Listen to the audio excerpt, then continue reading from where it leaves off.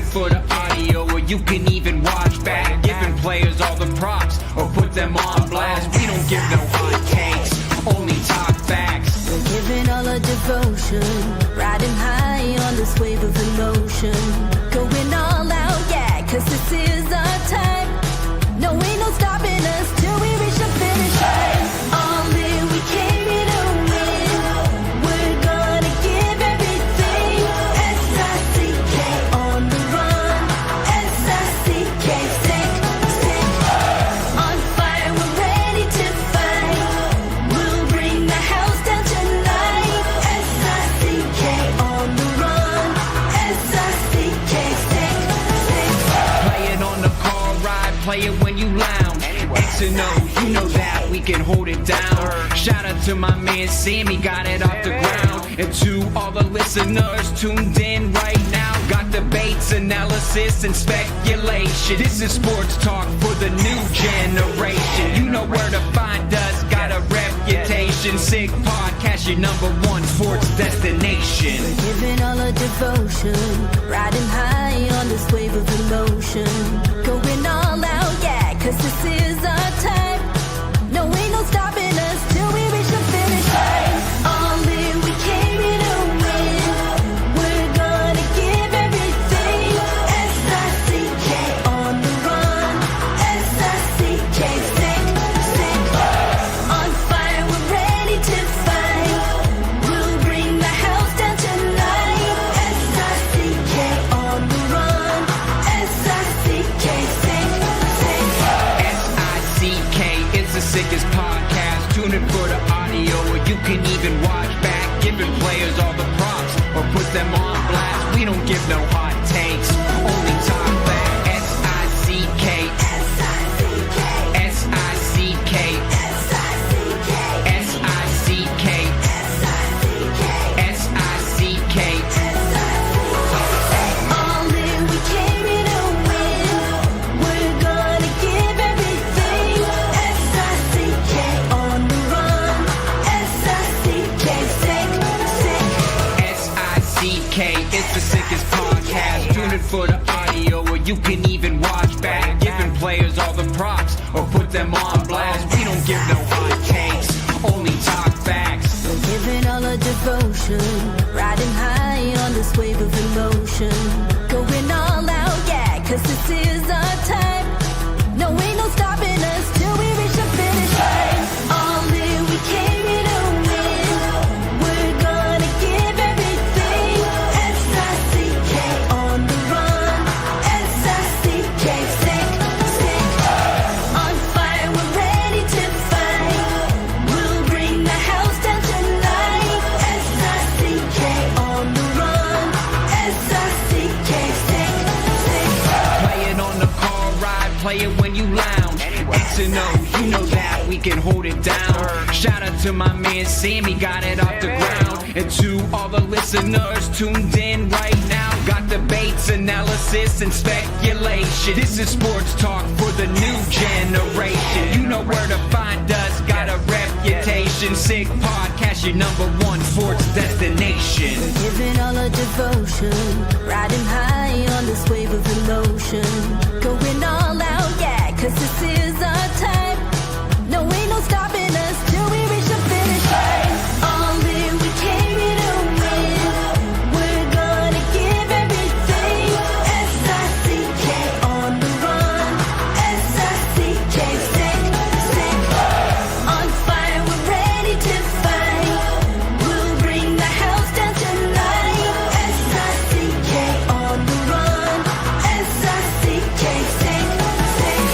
S-I-C-K is the sickest podcast. Tune in for the audio, or you can even watch back. Giving players all the props, or put them on blast. We don't give no hot takes, only talk back. S-I-C-K, S-I-C-K, S-I-C-K, S-I-C-K, S-I-C-K. Turn up your volume. Because you're about to listen to The Sick Podcast. With Tony Marinaro. 55 seconds left in the penalty, a minute and 27 seconds left in regulation time. Boston 4, Montreal 3. Lafleur coming out rather gingerly on the right side. He gives it into Lemaire, back to Lafleur. Oh! The sickest Montreal Canadiens podcast. You're in the ball! Sports entertainment like no other. Rejoint, on lui fait perdre la rondelle, une passe devant. Et c'est le dégagement et ce sera la victoire des Canadiens. Stanley pour les Canadiens, le 23e de l'histoire. You found the dogs! John, you found the dogs! He found the dogs! And all together, they worked a young team to the top. And now, a 24th Stanley Cup banner will hang from the rafters of the famous Forum in Montreal. The Canadiens win the Stanley Cup! Brought to you by Energy Transportation Group. Driven to be different. La Vida Tibi. Embrace your true nature. And Playground, your premier gaming destination. It's gonna be sick. Marinaro on this Thursday, August 28th. Thanks for watching the Sick Podcast on YouTube, Facebook, and Twitter. In all transparency, this podcast was recorded a little bit earlier than the 10 p.m. Eastern time, which is now that you're watching, a little bit earlier. Travis Yost of TSN will join me in just a minute, not before I talk to you about Playground winning Wednesday, the ultimate midweek experience for players age 50 and up. Start your day with a $5 breakfast as of 7 a.m. Take your shot at winning your age in cash with hourly draws until 3 p.m. And don't forget to claim your free play. Available until 10 p.m. Wednesdays were made for winning only at Playground. Also brought to you in part by Tibi. They launched their new Ultra Lager, refreshing thirst-quenching beer. Perfect for the summer, only 90 calories, 2 grams of carbs, 4% ABV per can, available in a pack of 6 and 12.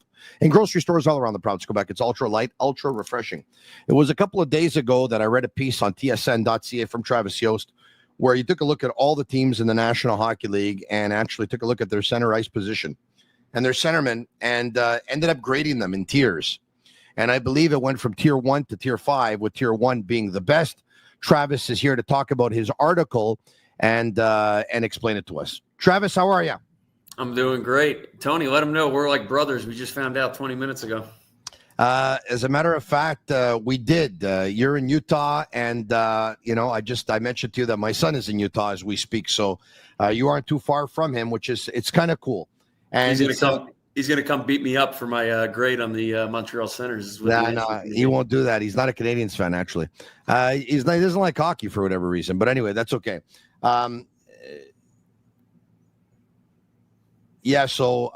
you know what? Who knows? You and I are going to catch up at one point when I go visit him, now that I know that you're there. Amen. So it's pretty cool. It's actually reassuring for me knowing that I know somebody, just in case, you know what, I ever need to use you, I can. All right. It's pretty cool. Grades tiers 1 to 5. Is that correct for grading the center ice position, with tier 1 being the best and tier 5 being obviously with the least amount of depth at that position?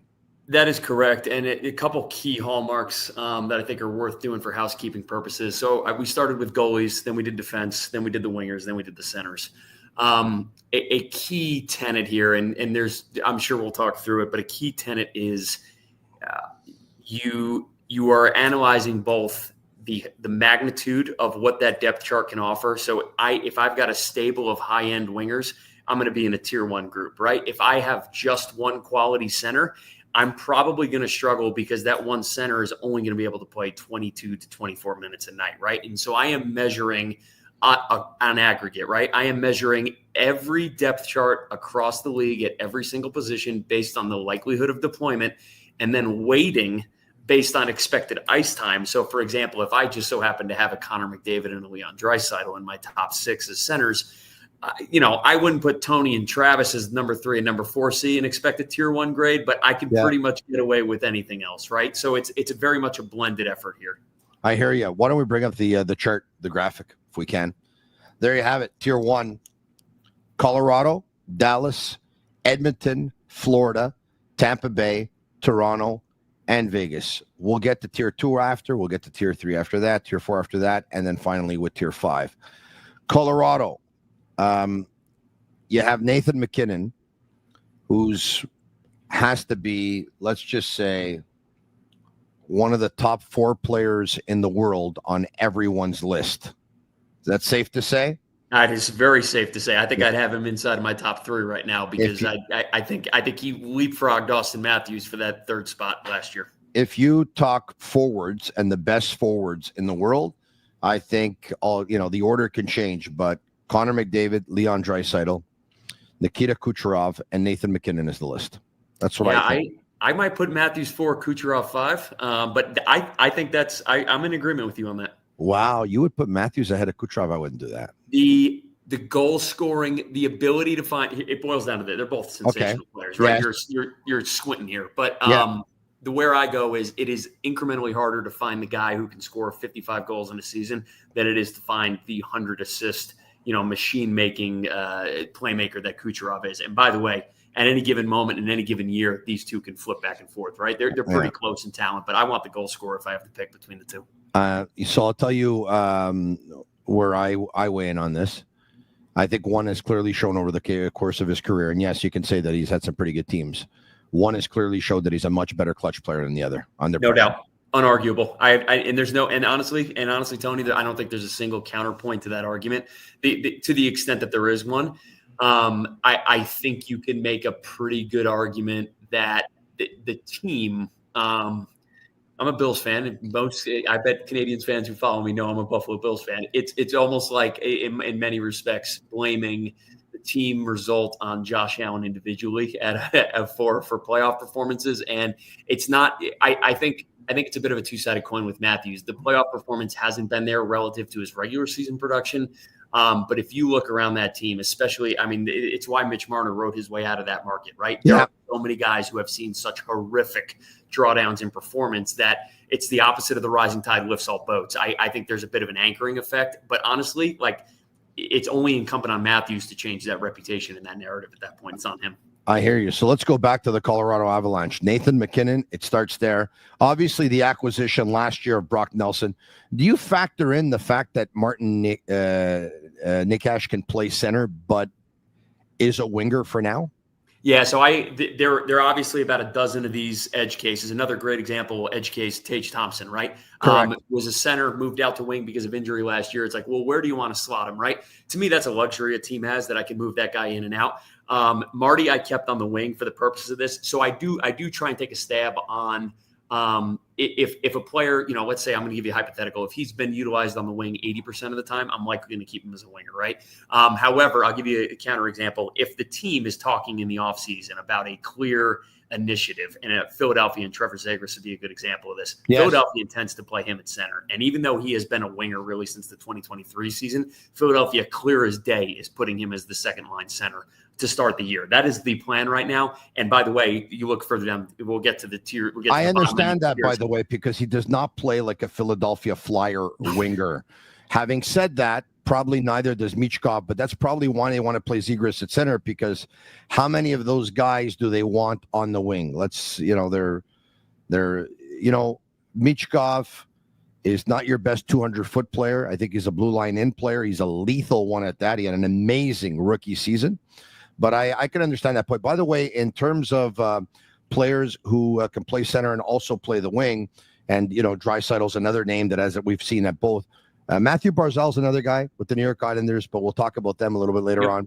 So you have Colorado. So is this basically saying, okay, Nathan MacKinnon, Brock Nelson, and Ross Colton. Necas was on one wing, and Landeskog will be on another. So once again, are you weighing in the wingers, or you're just taking a look at the center line now? Pure centers here, and the first two are so good that it doesn't really matter what the drop off is for three or four. The first two are so good, and more importantly, Ross Colton is a very adequate third line center. That the 12 to 15 minutes a night that you would expect to play Jack Drury, and obviously he's not just the weak link on Colorado's depth chart. He's also a weak link relative to other fourth line centers in the league. Colorado still is in a very good spot because they can roll a very competent top nine at the center position, 1, 2, and 3 when fully healthy. It's just going to be very hard if you're an opposing team to match up head to head with that triumvirate. And you actually see that repurpose itself across several of these teams. And that's why I do look on aggregate, like how likely is it that the Colorado centers are winning their minutes center by center, equally weighted based on their expected usage. And in my opinion, Colorado's going to win their minutes for the first line, the second line, and the third line, which is why they're quite a bit of ways up, independent of the wingers that they're playing with. You have Dallas next up at also the first tier with Roope Hintz and Wyatt Johnston. We should mention that Matt Duchene can play center, but probably will play wing. So Duchene was another edge case. For the case of this, I did keep him as a center. I do think, to your point, I do think Wyatt Johnston is really going to move into that top 6 role. And I think if Dallas had their way, and by the way, Johnston, I mean, talk about nailing a draft pick, A++ to infinity. If you look at his draft year, Dallas landing a 3-time 30 goal scorer at this point. But the other side of this is, I could see it in a pinch that, if Johnston struggles, I don't expect that to be the case. He's really hit the ground running since he entered the league. You always have a good redundancy in the version of Duchene. And best case scenario, Johnston moves in seamlessly to that second line center position. Duchene's out on the wing where he might be a little more comfortable, getting a little older in the tooth. But then again, Duchene's coming off like a career year, right? So it's an interesting collision. And then Radek Faksa on their fourth line, right? They've got pretty darn good center depth. And Dallas is kind of an interesting, I think, juxtaposition against Colorado, right? You don't necessarily have the absolute top end of a Nathan McKinnon, but you look at what you have to ask yourself these sorts of questions. Why is Dallas so good defensively? Why is Dallas so good offensively at even strength? A lot of it is from center on out. And what you end up seeing when you watch these games is the centers really do dominate these minutes. It's not the flashiest team, certainly not, but they play within structure as well as any team, maybe outside of Vegas and maybe one or two others. And I do give one thing that is lost, I would say, on readers, and I would say this is fairly typical. I equate offensive and defensive contributions. At the end of the day, it's a net goal differential discussion, right? Whether you're the best offensive team in the league or the best defensive team in the league, the goal is the Stanley Cup, right? So if you are a very strong defensive team, like Dallas is, like LA is in Tier 2, you have to be able to understand what is driving that defensive goodness. And it actually became a fascinating debate with Kings fans on the LA discussion, by the way. Let's talk about the Edmonton Oilers. Probably hard to argue, but they got to be way up. Like you have them in Tier 1. I get it. Would you have them ahead of, like, even though they're all in Tier 1, you got the Oilers ahead of Colorado and Dallas? Yeah, no doubt. I think if you had someone an Oilers fan asked me if I would have a Tier 0 for the Oilers centers, which I think is probably fair. It's like a Tier 0 for goaltending with Hellebuck, but I think in the construct of Edmonton, I would say their bottom 6 is average, right? Like, yeah, Ryan Nugent-Hopkins can play center, but Adam Henrique and Matthias Janmark, like it's an okay group, but again, the top 6 is just going to absolutely annihilate you. And when Draisaitl and McDavid are playing, let's say 70% of the total minutes, 5-on-5, and 95% of the minutes on the power play, it's just very difficult. It's why Edmonton has been to 2 consecutive Stanley Cups. And I do think an interesting debate, and I think this is where the question you were going is Edmonton kind of in the air of themselves in that category? I think the answer is probably yes. But if you were to ask me, hey, you got to pick one team that's at least holding that company, going back to the defensive point and where credit is realized, the Florida centers are probably I would argue they could go the deepest as a 4-line group and also maybe the best defensive group across any of the center depth charts around the league. So I think they proved it, right? 3 years in a row in the Stanley Cup final. They've won the last 2 years. You're obviously talking about Barkov, Bennett, Lundell, and Thomas Nosek, who had won the Stanley Cup with the Vegas Golden Knights, and now has a chance. Now has won it with the Florida Panthers as well. They are very, very deep. They are incredibly deep. You know what? They're all amazing. But to have a guy like Lundell in the 3-hole, that's he could be a second line centerman for a lot of teams in the NHL. Most of them, and on top of that, I would argue that the reason, and there's many reasons, right? But the reason, if you had to pick one of why Florida won the Stanley Cup last year, their third line just obliterated teams, especially with Ed and Brad Marchand in the middle of the year. Like there was no answer when you have third lines playing against third lines, and that's what that one team is rolling out in the version of the Florida Panthers. You're going to lose that. You're going to lose those minutes, and that's why Florida is such a force. Yeah, you know what? We're going to get to the Montreal Canadiens a little bit later, but if the Montreal Canadiens would have had a Lundell as their second-line centerman, who is the third-line centerman with the Florida Panthers, the Canadiens wouldn't be where the Canadiens are on multiple tiers up. Multiple tiers up. All right, so let's now talk about the Tampa Bay Lightning. And I say Tampa Bay Lightning. We talked about Kucherov before, who's a dynamic winger, who's actually a playmaker, who's a player that can drive a lot of lines. The beauty of the Tampa Bay Lightning is you have a guy like Braden Point who can drive that line. And then you got Anthony Cirelli. And Nick Paul, you talked about Colton before. Nick Paul's an amazing third-line centerman. It's as good as I tried to create a blurb for every single team. Some of it is interesting statistical nuggets. Some of it is context as to why I graded a team either well or poorly.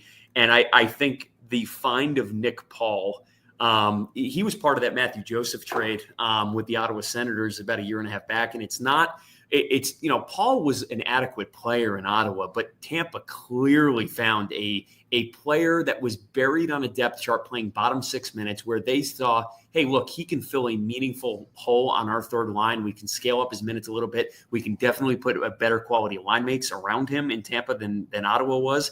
And he's averaged, since he joined Tampa, he's averaging 22 goals for every 82 games played. That is high-end third-line production from your center. So full marks to Tampa Bay. I actually liken it. I didn't put it in the article, but it reminds me very similar of what Vegas did with Chandler Stevenson. If you remember a few years ago when they grabbed him out of the Washington organization, Vegas, classic Vegas move, right? But they nailed the undervalued, underappreciated diamond in the rough find with Chandler Stevenson, turned him into a top 6 player overnight. And then when it was time to pay him $43 million, it was Seattle, why don't you guys go write that check? We'll take care of it elsewhere. And those are the type of players you want to find around markets, underutilized guys, less appreciated guys who may fit into your system better. Full marks to Tampa Bay on this one.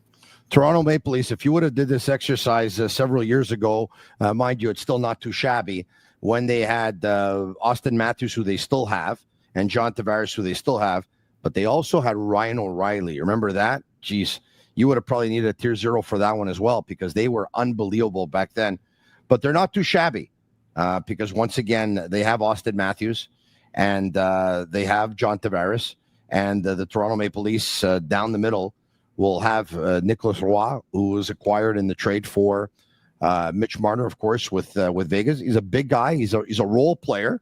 It's not as good as Ryan O'Reilly, but that's, with Scott Laughton, who came over from the Flyers last year. Scott Laughton at times, was he not like centering Philadelphia's first and second line? And now he sure was. He's Toronto's fourth liner. That's a great center line in Toronto. It is, and two other things. Toronto, you can never win an argument with Leafs fans. You're either too kind or you're not near. You're too cruel to them. But one thing I will say about Toronto, and this is the bleeding heart in me, I'm very much a fool me once, okay, fool me twice, got it. Now it's my fault type person. Matthews had a bit of a down year. Now, granted, this is a down year on a relative basis. It's a career year for 99% of players. I am more than willing to bet on an Austin Matthews bounce back this year. And I think that was one of the interesting debates is, hey, look, he wasn't the same guy. He was injured over the course of the year. I think he missed close to a dozen games or so. But that coupled with the fact that we haven't really seen a meaningful slowdown from John Tavares, right? Like, he's not the fleetest of foot guy anymore on the ice, but as your second line center, a guy who's capable of scoring 30 goals in a given season, still today at his age, combined with the depth you talked about in the bottom 6, that's a really deep and talented group. There's no doubt about it. That's for sure. And we like to tease Toronto Maple Leafs fans as much as anybody here, but you know what? It's hard to tease them with their center line because it's very, very good. Vegas Golden Knights. Vegas Golden Knights are very, very deep, of course. And, the second you think of Vegas, you think of Jack Eichel, who was drafted second overall back in the McDavid draft. And Jack Eichel has, he's one of the top, 6-7 centers of the National Hockey League, 8 max. No doubt, undoubtedly. And Vegas, yet another bet that they nailed. And I get it. He wanted out of Buffalo. He wanted the surgery, blah, blah, blah. But I thought and by the way, not only did I think last year was his best year, if you watch tape of Eichel, he has become an amazing defensive player. And I think that was part of the reimagining of what his career actually ends up looking like. He is as good of an off-puck center as you're going to find. Jack Eichel, Thomas Hertl, William Karlsson, and Colton Sissons. Yeah. You know what? I got to tell you something, Travis. When articles come out, us who do podcasts, we love to pay special close attention to them just in case we try and pick on something or whatever. It's hard to argue with your tier 1, man. It really is hard to argue with your tier one. I think you got it right on the nose, man. I think your tier one is legit. I think typically, you know what? It's interesting, but I think in some respects, like you can look at a Nashville Predators depth chart and be like, yeah, this is a complete disaster.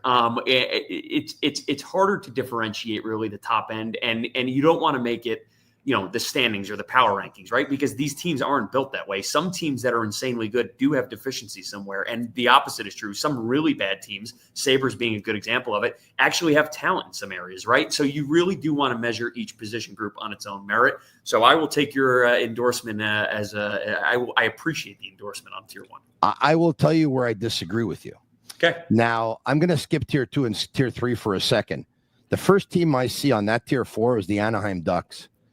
I think they're a lot better than that. They have Leo Carlsson, Mason McTavish, Ryan Strome, and Mikael Granlund, who can play center and wing. Ryan Poehling might end up being their fourth-line centerman if Granlund ends up playing the wing. On the wings, they got Cutter Gauthier, they got Troy Terry, they got Chris Kreider. I really like the Ducks down the middle with Carlsson, McTavish, Strome, and once again, Granlund, who's a center but can also play wing. I really like their center line. Yeah, so this is kind of I'm curious a bit to of hear a cop-out, but this is a bit of a cop-out, I have to acknowledge, but I will say I did give the Ducks tier 3 consideration for those exact same reasons. And one of the reasons why was it's not just the flashy individual offensive play. One of the most important things to me at any position, independent, setting aside goalies, is are you, over longer periods of time, are you winning your minutes, right? Forget the goals, forget the assists. Is your team driving a positive goal differential? It's the best indicator of both current and future success. And I have to give credit to both Carlson and McTavish on an otherwise bad team, although they had great goaltending last year, which I don't think should be understated. They both outscored the opponents at 5-on-5. And that is usually a hallmark indicator of continuous improvement. So I actually did give they were a bit of a tweener case for me. I did give them real consideration for tier 3, but I do want to see another year of it. And the other reason why I did have them in tier 4, I'm not as confident in the bottom 6 as you are. The top 6, I think, speaks for itself, and that's where I think we're aligned. I think the bottom 6 is a little weaker. Sick Podcast brought to you in part by Fruiterie de Lard, a family-run business, a mainstay in the LaSalle community since 1995. Proud to continue offering same fresh foods and flavors they have for the past 30 years. From fresh fruits and produce delivered daily to an ever-expanding assortment of deli meats, cheeses, and sandwiches, you'll find personalized service, friendly faces that make you feel like family. At Fruiterie de Lard, you can get in on the action with Betway. Any sport that you want to have some action on, you can go all the way with Betway. Get a free bet up to $200. First bet loses. Scan the QR code on the screen. Click on the link in the details section to create an account. Redeem your welcome offer. Offers only available for new customers. Terms and conditions apply. Offers not available in Ontario. Must be 18 years of age and older. And please play responsibly. Okay, let's skip tier 2, tier 3, tier 4. You know that this podcast is coming to you live from Montreal, and there's a Montreal Canadiens seat with Guy Lafleur right behind me. So you know that this is a podcast that talks about the Canadiens 12 months a year. You have the Canadiens in tier 5. I guess the big question mark, and this is no surprise, is the second line center hole and Kirby Dach. But talk to me about the Canadiens down the middle. Your thoughts? Yep. So a few things here. I will say there was a bit of a debate. I knew Nashville was going to be tier 5, no doubt. The debate for me was I don't really like what Montreal has beyond Nick Suzuki. Nick Suzuki, wonderful player. Not even worth even discussing. A quality, even I would say higher end first line center for any team in the league. Like Nick Suzuki speaks for itself. Finished 7th in scoring for NHL centermen last year, or players playing at the center position.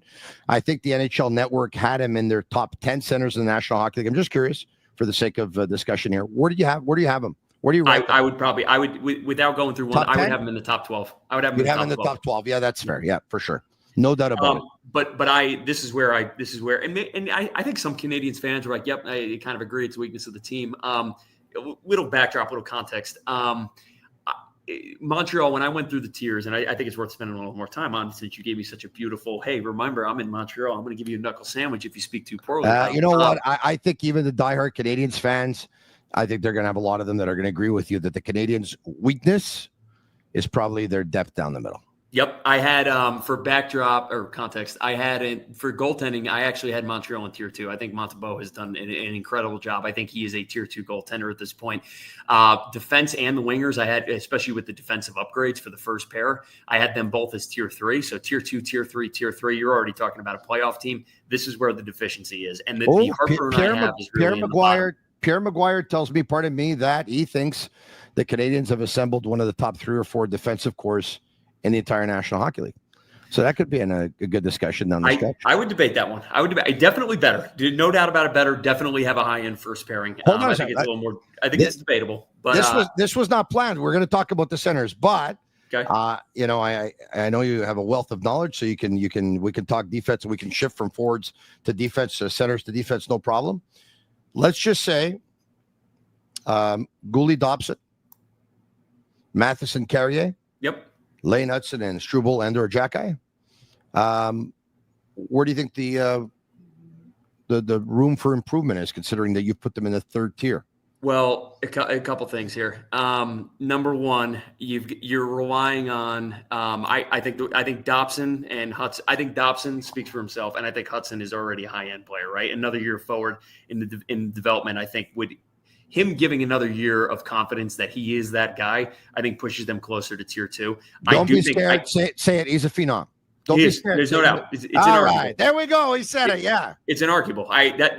These are kind of the easy parts. No, but it's because we have a feeling that down in the United States, there's not too many presidents of the Lane Hudson fan club, because USA Hockey doesn't even have him in their top 16. I thought that was bizarre. That was bizarre. Hey, in fairness, a lot of people have Lane Hudson as a top 16 defenseman in the National Hockey League. USA Hockey doesn't have him as a top 16 American defenseman. And I've heard all kinds of stuff. Well, because they already have Quinn Hughes, who's going to have that resembles him, and they're already going to have him on the team. So what? Take the other 6 or 7 defensemen, 10 defensemen that are not going to make the team. They resemble a bunch of the other guys. What's the difference? They were invited. I honestly, I think it's a point of convenience. There's no substance to that. I kind of bristle at that. I do think I know he's put in some service over the years, but I do think you could use a real upgrade over Mike Matheson going forward. He is looking at top 4, top 5 minutes in terms of like, hey, where could the improvement be? Lane Hudson, by the way, just and showing that there is consistency in the process here, right? Like you look at Lane Hudson over the course of last season. I mean, at his age, the Canadiens, who were a bad even strength, they were a bad 5-on-5 team last year, minus their top line. Canadiens outscored their opposition 82-80 with Hudson on the ice. I mean, that you never see that from young defenders. And if I go back early in my days when I was fighting the arguments of like, this is why stats matters, guys, and I didn't have gray hair and a gray beard. But give me that stat. That's excluding the top line. Yeah. So the 2 different points. The Canadiens were not a good even strength team outside of their top line last year, right? It's kind of why they were on the treadmill of mediocrity. They were probably a better team in aggregate. If you even see, and this, when I get into my team previews, like just a little bit, just marginal improvement at 5-on-5 for the Canadiens. They go from like, hey, fringe second place wildcard team to like, can we get inside of the top 3 in this division? And to me, that is super meaningful. But it's very rare. The point about Hudson is it's very rare for U23 type defenders, unless you are absolutely sensational, to play significant top 4 minutes against grown men and outscore them at 5-on-5 with your line and your pair mates. And that's exactly what Montreal did in the construct and in the environment of we are an otherwise bad 5-on-5 team. 82-80 were the goals with Hudson on the ice last year. By the way, and the reason why I hang on this point is just going back to, again, when I was a beautiful brown hair, brown beard type guy and not this old bag I am now. This was the argument that I always made in the early days of the Erik Karlsson debate about like, hey, is this guy who's insanely good offensively but not so good defensively, like, does this make sense? And the point I always made was look at what he's doing on net. And by the way, he ended up winning how many Norris trophies over the years. And now he's like modernized the position in many respects. So getting back to the Canadiens more broadly, I love what they did defensively. I do think there is a bit of a deficiency on the third pair. It's okay. It's not, I wouldn't say it's a higher end third pairing group. And I do think there's an opportunity to improve on Mike Matheson in terms of the minutes that it's not that Matheson is necessarily a bad player. But again, going back to the point, Canadians were 10 goals to the downside with Matheson on the ice last year. I know he can play with the puck, which is helpful. And again, it's not that he's necessarily a bad player. He is an average player. But when I look at Montreal and how they're set up on the blue line going into next year, I see one great pairing, potentially two good ones, depending on how they split those pairings up. The third pairing is okay. They could use, I think, one more top four defender in this unit, and that's why I have them as about an average group. You're in the States, you're in Utah. Yep. You go around the league, you watch a lot of games, talk with a lot of people. In Montreal, our Jack guys really, really appreciate it because you talked about, they're good pairs, they're great pairs, and then you talked about their 6 and their 7. How's Jack guy viewed? I think he is more of a I think he's more of a fan favorite than what he actually produces on the ice. And that is not to besmirch or diminish the guy, because I think those guys do have value in very specific roles.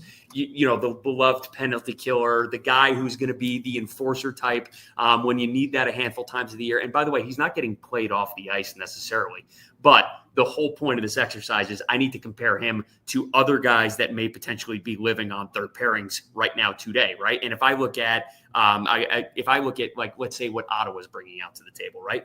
I am confident that Jordan Spence and Tyler Clevin are on the third pair, likely to start the year. I'm going to take that third pairing all day long. I feel very much more confident about that pairing winning their minutes than Montreal's, for example. So I don't think Montreal has a clear this player is a major problem. It's exactly why they're not in tier 4 or tier 5. It's more so like, how do you take something that's average to maybe slightly above average and actually make it better and make it a great unit? And I think those are the players that you need to upgrade on over a longer period of time.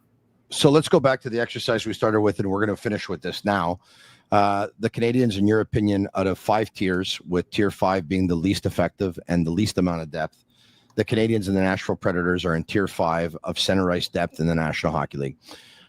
You said you have a lot of time for Nick Suzuki. You think he's great. You think he's a top 12 center in the National Hockey League. You do not think the other Canadian centers are up to par. Second line center. This is a huge year for Kirby Dach. It's make it or break it. He's going into the last year of his 4-year contract. Unfortunately for him, injuries have got the better of him. When he's healthy, based on what you've seen, are you convinced that Kirby Dach is a centerman? And if so, do you think Kirby Dach, if he reaches his potential, can be the ideal second center for the Canadiens? Yes or no, and why? I think the answer is no, and 2 different reasons.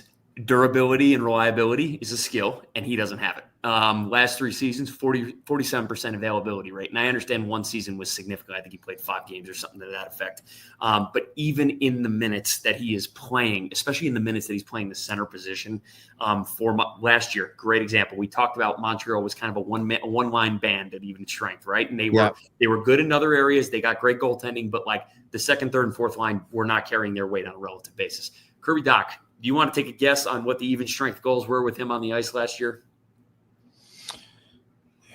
Even strength goals for the Canadiens with I'll give you a freebie. I would say the number is around 5. Okay, -24 with Dach on the ice at 5-on-5 last year. Oh, -24. Okay. Yeah. So how many for and how many against? 24 and 48 respectively. And by the way, so it's not to boil this down to one singular stat, right? So for example, I could run those numbers and get absolutely horrific goaltending behind me, and that would explain maybe the 48 to some degree, right? I do evaluate that, but Montreal had quality goaltending. His line was just routinely played off the ice. And even when he was on the ice, I do discredit teams with guys that do have reliability and durability concerns. Other side of the coin, if you go back, and I don't want to just 10 seconds, bear with me. When I did the goaltender talent tiers, if I could marry Darcy Kemper, I would. And there's a reason. Is he the best goalie in the league? No. Is he the most predictable goalie in the league at the position? Almost certainly yes. And it's very good every single year. And so you know what you're getting at the position. When you are persistently off the ice, and it's not to besmirch or diminish a player for having injury concerns and injury woes. Teams have to react to that. Some guys are more durable than others, and Dach has had a tremendous problem staying on the ice. Do I think he's skilled? Yes. Do I think that he's able to stay on the ice long-term for this franchise and drive meaningful minutes in a 2C or 3C position? I think it's only reasonable to be skeptical about that, and that's why I'm bearish there. I'm skeptical. Obviously, the reliability and durability, everybody's skeptical, even himself, unfortunately. Poor guy. Yep. If he didn't have a bad luck, he wouldn't have any luck. Played 57 games last year, a couple of years before that. In the second game, he got hurt. I'm skeptical of his hockey IQ. And obviously, we know that his face-off prowess it's not very good. It's in the mid-40s. It's not good enough for a centerman. I didn't know the numbers were like that. 24 on the ice, 48 against. That's obviously not good. If Kirby Dach is hurt, can't start the season. Internally, the Canadiens have Jake Evans, Oliver Kapanen, Joe Veleno, and Alex Newhook. Who would be your guy? Well, I think that list spoke for itself. That's kind of why they're at tier 5. I think Alex Newhook is going to would see more minutes in I think that. So. I think so. Yeah. I think that's a likely answer. By the way, Newhook, you want to take a stab at that guess for that number last year? Negative 24 was Dach, and I'll give you a hint. That was about as bad as you're going to find. You want to take a guess on Newhook?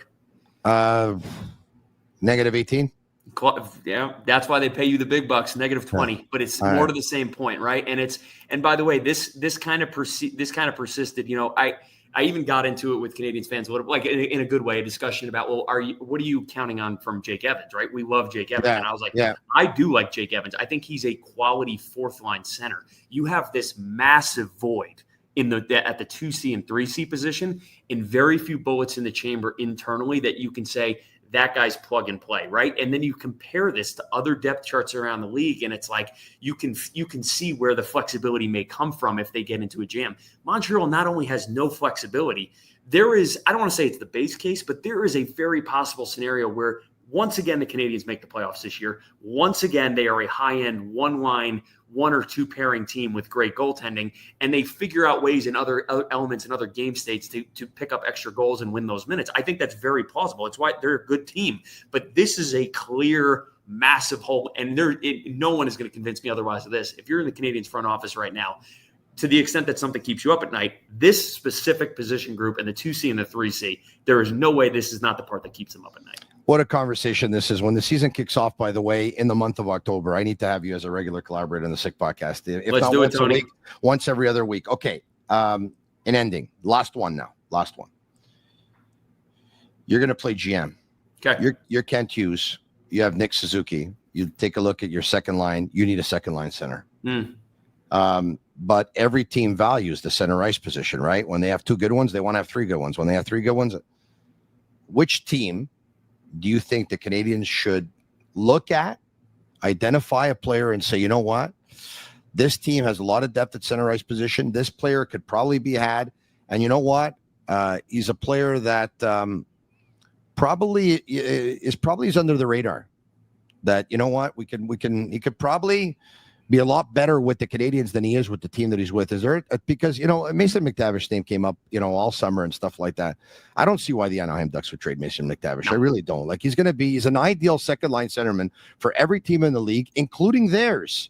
And you know what? They've been a young rebuilding team over the last couple of years. Why would they want to get rid of a young player like that? Never made any sense to me, mind you. Now watch him get traded in 2 minutes time. But who should they, is there a guy do you think they should look at maybe plays on a third line on another team? I got a few names for you. I'm sure I can attract your interest on a few of them because I like thinking about these from time to time. Really the question you're asking too is like, what team, either from a contracts or likely to be in a seller position, may displace talent, is there a diamond in the rough, right? So I'm going to go to a couple teams in the Eastern Conference where I think that opportunity may free itself up, and that's Boston and Columbus. Boston and Columbus to start. Pavel Zacha would be a very interesting name. They've got him and Lindholm down the middle right now. I think, and they have Casey Middlestad. They sure do. And I think there is a bit of a redundancy there. And I am extremely bearish on the Bruins this year. I think they, no doubt about it, missed the playoffs this year. I think it is in their best. And by the way, 2-decade run of dominance by the Boston Bruins. This is no shame whatsoever, but I definitely think it's high time to continue that rebuild. I also would take a look at, Chicago. Oh, let me come back to Columbus in a minute. I would take a look at Boston Bruins 2011 to 2024, 3 Stanley Cup finals, 1 Stanley Cup win. Correct. It almost makes you feel like they should have won more, right? Considering the track record of success.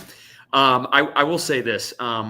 I'm going to do Chicago first and come back to Columbus. So Chicago, they've got a 1-2 punch. They extended Czar on a 56-game basis, but I think it makes sense. Like, he's a super talented player. Connor Bedard, man in the front line. Like, this group has real juice in the top six. Does Jason this is not going to be a playoff team, though. Does Jason Dickinson make a ton of sense for the Blackhawks long term? I think that's an interesting question. He's definitely a capable third-line center. He immediately improves Montreal if he comes into Montreal. And then if you're looking at Columbus, going back to that, so they've got Blue Jackets fan did not like my center ranking for them. They've got Monahan and Fantilli in their top six, which is robust. Yeah. Voronkov can play center too. Exactly. Charlie Coyle would be another interesting name of a player who's now in a new market with Columbus. Don't know how tied they are to the player. In terms of, hey, look, that is a known quantity and maybe a player on a potential seller that I can go ahead and target. I think that makes a ton of sense. Unfortunately, my single best answer was a guy who extended about 2 weeks ago, and that was Marco Rossi. I was very curious to see what was going to happen with that. His name came up. Too small. His name came up. Go ahead. Too small. You think so? Yeah. Look, the Canadiens are a team. Nick Suzuki's not small by any stretch, okay? No, he's very thick. He's over 200 pounds. He's very solid. He's 5'11". Alex Newhook's 5'11". Brendan Gallagher's 5'9". Cole Caulfield's probably 5'8". Lane Hudson is 5'9" on defense. This is fair. It's starting to add up. I think it would have been one too many. And down the center line, I think that if you have Suzuki at 5'11" and you have Newhook at 5'11", I think that guy who's going to be the two, I think that guy's got it. This is why, like, they're so hoping that Kirby Dach is going to be the guy, right? Because he's 6'3", over 220. I mean, he could be just what the doctor ordered. We'll have to wait and see. This was absolutely fantastic conversation. It went by so fast. I really, really enjoyed it, and I'm going to revisit with you, okay? Yeah, let's do it, man. I was going to give you one last name, too. How about an old friend? Please go. An old friend, Philip Deneau. Philip Deneau would be good. But how much offense does Philip Deneau still have left? Like, you want your second line center to go out and get about 55 points. Can he do it again? Mm-hmm. He did it once in Montreal. I think he had 54. Can he do it again? I do think you have to give, and in a good way, I do think you have to give credit that he would be coming to play with more capable wingers in Montreal than maybe when he was previously here. I think you're right about him being on the wrong side of the curve, so to speak. But, man, what a lethal defensive player still to this day. I mean, I think there's value there. So you know what? I'll give you one last name. Tony, this is amazing. Deneau with Demidov and Liney. Yeah, that would sound pretty good. Travis Yost of TSN, what a fantastic guest. We'll talk to you soon. Thank you very much. Take care, bud. Appreciate it. You too. There you have it. Wow. What a guest this guy was. The Sick Podcast brought to you in part by Betway, brought to you in part by Playground, brought to you in part by Fruiterie de l'Art, brought to you in part by La Bittt Tibi, and brought to you in part by Energy Transportation Group. If you like the podcast tonight, leave us a 5-star review. It's our way of feeling the love. The Sick Podcast, weeknights at 10 p.m. Eastern Time. By the way, there's an entertainment show I want you to check out. Some of our friends from vivavanti.com are bringing the Esteriori brothers so with classic Italian songs that they'll be singing all night long. They have a ton of passion. They have a ton of energy, a ton of enthusiasm. It's a great show for those who went last year. They'll be going to Place des Arts on the 16th of September at 8 p.m. Scan the QR code or check out vivavanti.com to pick up your tickets, to buy your tickets. That's the website right there. Special thanks to Shane Gomo and Master Control. We'll be back tomorrow night. Thanks for watching The Sick Podcast. And that's a wrap. Hope you don't miss us too much until next time. Follow The Sick Podcast with Tony Marinaro on YouTube, Instagram, Facebook, Google Play, and Apple Podcasts. The Sick Podcast is brought to you by Energy Transportation Group, driven to be different. La Vida TV, embrace your true nature. And Playground, your premier gaming destination.